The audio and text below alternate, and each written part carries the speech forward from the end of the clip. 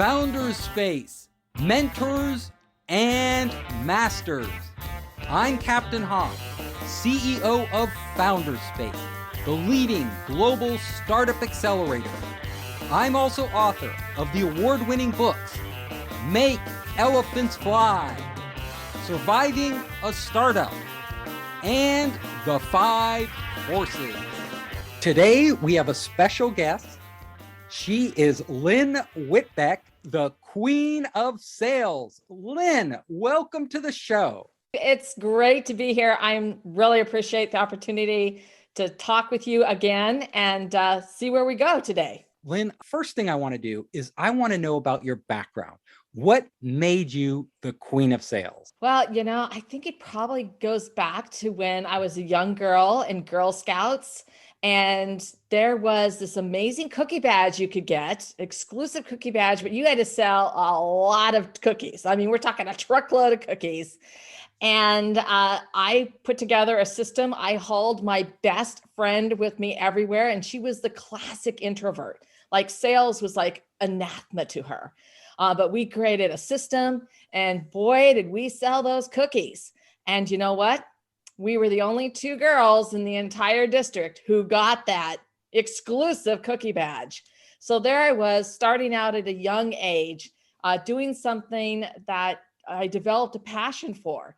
And as I got older, finished graduate school, got a job, all those things, what I found is that sales was amazing because it tapped into my core value to be of service and to come and approach everything with worthy intent, that it was a win-win, that I was there to serve and to make an impact and help my clients with a better business, a better whatever project, goal, or initiative they were on, and really, almost a better life because it was something they could just let go of, not think about, and just take it off their plate. And that was a gift. And it was a gift for me because I just loved being able to help them.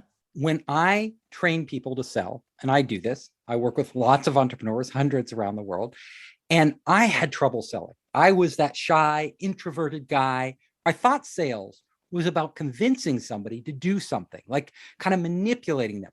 But later, just as you said, it dawned on me that the best salespeople, the ones I react to, I like the most, are actually there to help me make the right decision for me. They are doing service for me. So whether I go into buy a new stereo and the person is there and they're describing the system, the really good salespeople are listening to me. They're trying to find out what I want. They're trying to give me the information I need to make the best buying decision.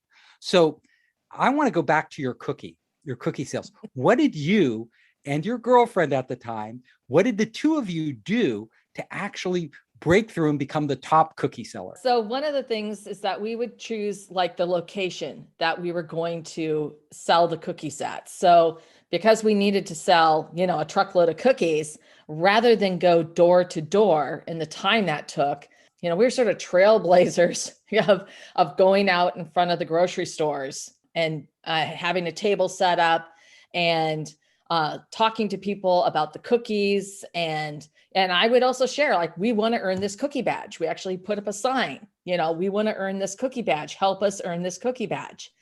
So we're asking for what we wanted, so if you don't ask, you don't get. But at the same time, we were being friendly. And like I said, my friend Judy was way out of her comfort zone.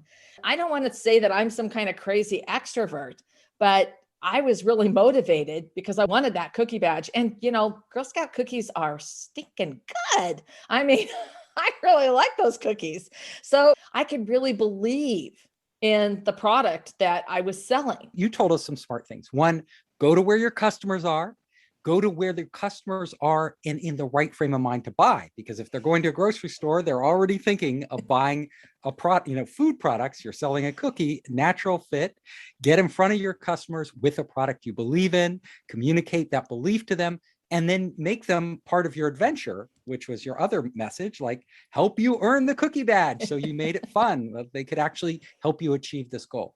Now, in the real world where you operate today, where you're helping entrepreneurs, lots of entrepreneurs with their sales.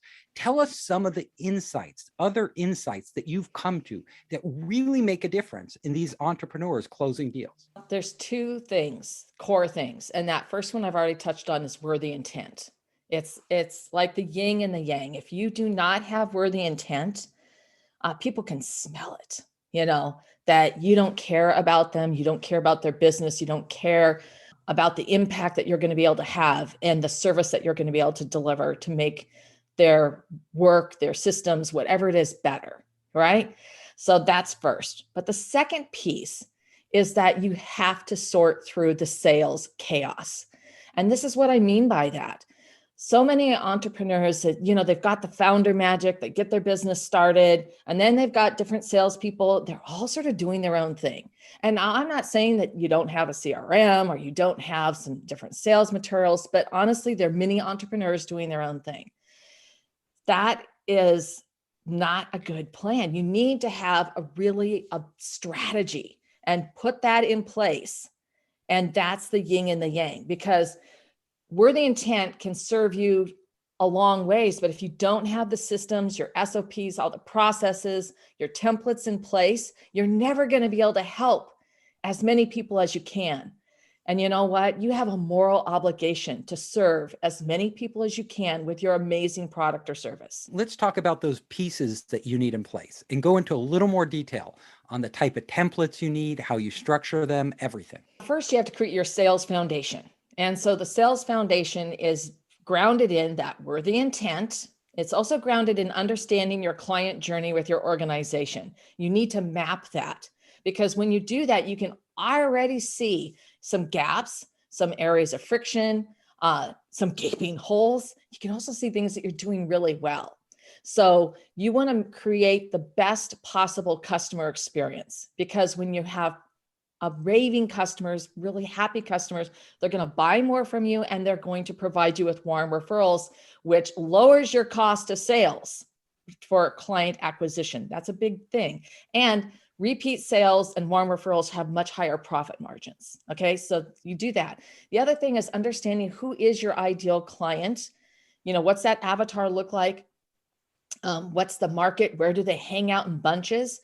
Because another thing that you can get caught up in sales, and this is where you do have to be a little bit ruthless but kind, is that if they do not fit your ideal client, then you need to point them in a direction of where they can be helped. It could be that the timing's off. It could be that they're just simply not the right client.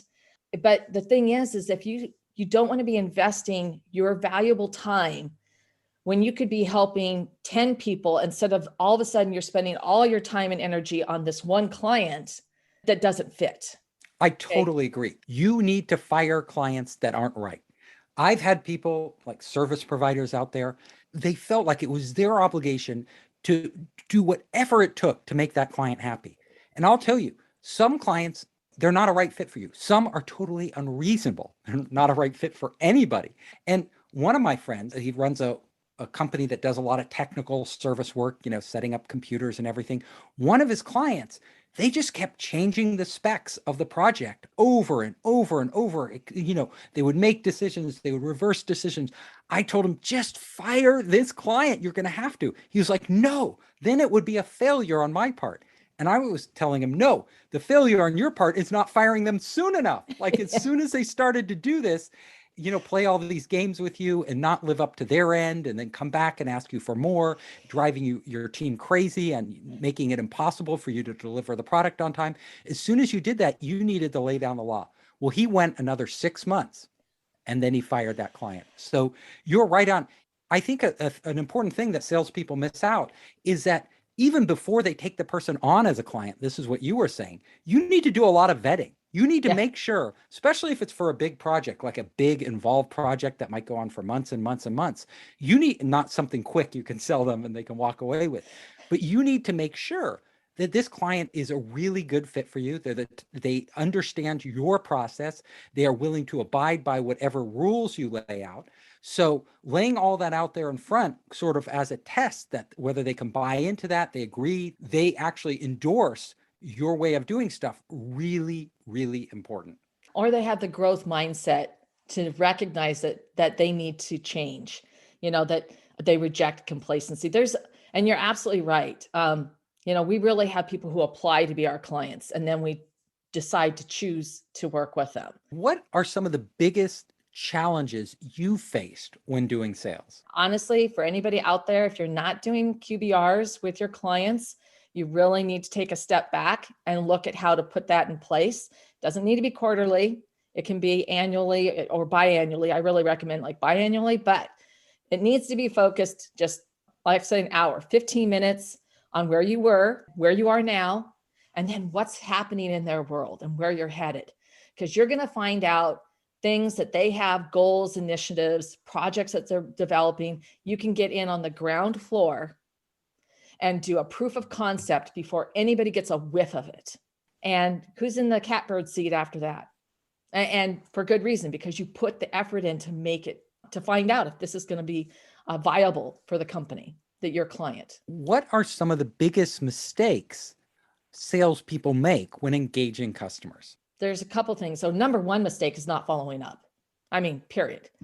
The statistics on follow-up are absolutely shocking.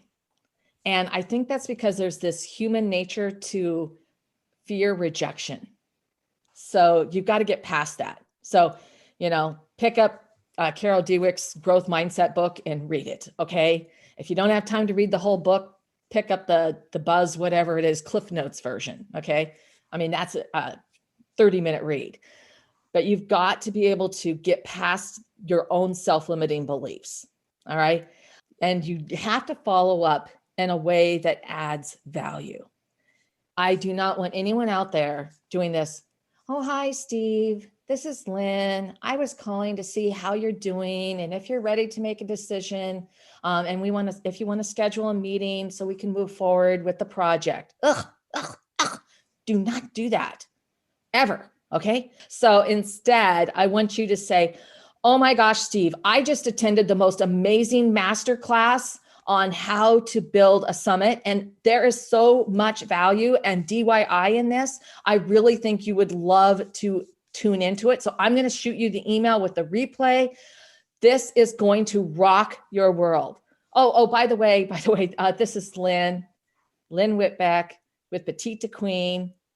There you go. And then you follow up with that email. That's so great, I just delivered you value, right? Yeah, you're giving them value. You're giving them something really interesting that can help them. And at the same time, you're following up on a sales call. That's really good. So, follow up is necessary because people are busy. They've got a lot of distractions and they can go from hot to cold in a New York minute, right? Or is it a New York second? I don't even know. So, that it's really important that you remember to do that and follow up with value and always think like the customer, because that was my fourth pillar. So I talked about the client journey, their client experience, worthy intent, your ideal client avatar. The fourth pillar is thinking like your customer and what's their why. So in other words, what do they want, need, or lack? How's it going to benefit them? So they can. Okay. Because people purchase the so they can. Nobody just goes out and buys an Apple Watch.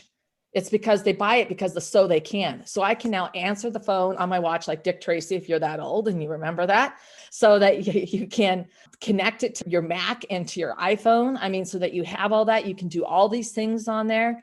That's why you purchase that. It's so you can have all this additional freedom and capability.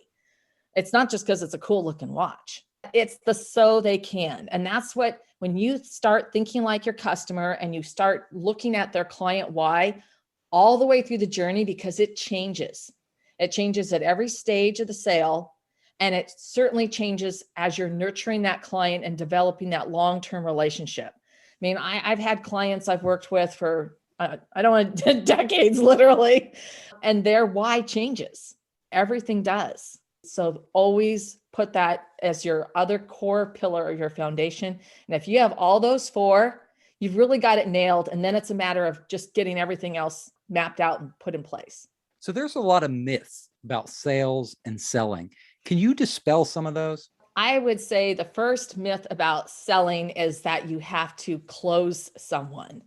It's really about helping them, guiding them to a decision that will have, once again, a positive, lasting impact for their organization, for their team, for the business. And so that's the first thing. It's not about closing or winning. Okay. Only if it's a mutually beneficial win-win. So that's the first myth, I would say, right there. Just toss that out, spit on it, chew on it. I mean, whatever, just get rid of it. And do you have another myth you can dispel? I think another myth is customers are more interested in, the stature of your company, how important you are. That's just hubris. And you have same thing. You just got to kick that to the curb and focus on what's going on in their world and what's important to them, because that's how you establish your credibility. And you also establish that you are truly in tune to what's happening to them. People will work with you when they see that genuine rapport, genuine interest, genuine curiosity. That is going to drive a sale or a relationship further faster than trying to, I don't know, just like do some kind of like, oh, look at me, I do all this stuff, fancy schmancy stuff. This is how important we are. I can't tell you how many presentations I've seen where companies either start with that or end with that. And you know what? If you're in the room doing a presentation, they've already vetted you. They've already figured out that you're a viable supplier. Just don't go there. It's a waste of your time and energy, and it's off-putting for the client. What is the best advice you've ever received? I think that one of my bosses, who is the best boss ever and an incredible mentor, he really gave me some great advice with working with my team. That was that you don't have to go in depth in a novel with an explanation, but you have to provide some part, a very brief explanation of why you're doing what you're doing or why you've asked for what you've asked for, to bring them in so that they can lean in and that feel that they are part of the solution, part of the progress, part of the big win. And when you do that, then there isn't as much resistance like, oh, she's always asking for stuff, it's just one more thing I have to do. Instead, like why it's important. And when you do that, you allow your team members to get on board and to be part of the winning solution. It's been fantastic to have you.